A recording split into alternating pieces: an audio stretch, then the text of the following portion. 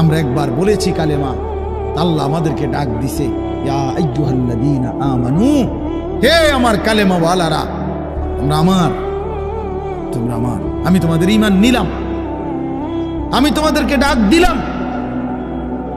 এক মুমিনের কি পরিমাণ খুশি হওয়া উচিত আপনি শুনেন। 29 নম্বর পারায় একটা সূরা আছে, সূরায়ে মুরসালাত। এই যে এর আগে একটা সূরা আছে, সূরায়ে দাহর, কোরআনুল কারীমের 76 নম্বর সূরা, 2 পৃষ্ঠাওয়ালা ছোট সূরা। এই সূরাটার মধ্যে জান্নাতের বর্ণনা সবচেয়ে সুন্দর, মানে জান্নাতের বর্ণনা হৃদয় কারা এই সূরাতে আছে। এই সূরাটা যেদিন নবীজির উপরে নাজিল হয়েছে, সেদিন নবীজির সামনে একজন কালো রঙের সাহাবী বসা ছিলেন। ওয়াইন্দাহু রাজুলুন আসওয়াদ, কালো একজন রঙের সাহাবী বসা ছিল, উনি বসা ছিলেন। এই সময় এই সূরাটা নাজিল হয়েছে, নবীজি উনাগরে শুনাইছে সূরাটা।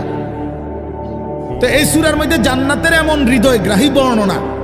এই সাহাবীটা সামনে যিনি বসা কালো রঙের সহজ সরল সাহাবী, উনি এই সূরা এটা শুইনা জান্নাতের আশায় খুশিতে একটা চিৎকার দিছে, এক চিৎকারে হাদিসে আছে উনি ওইখানেই ইন্তেকাল করছে।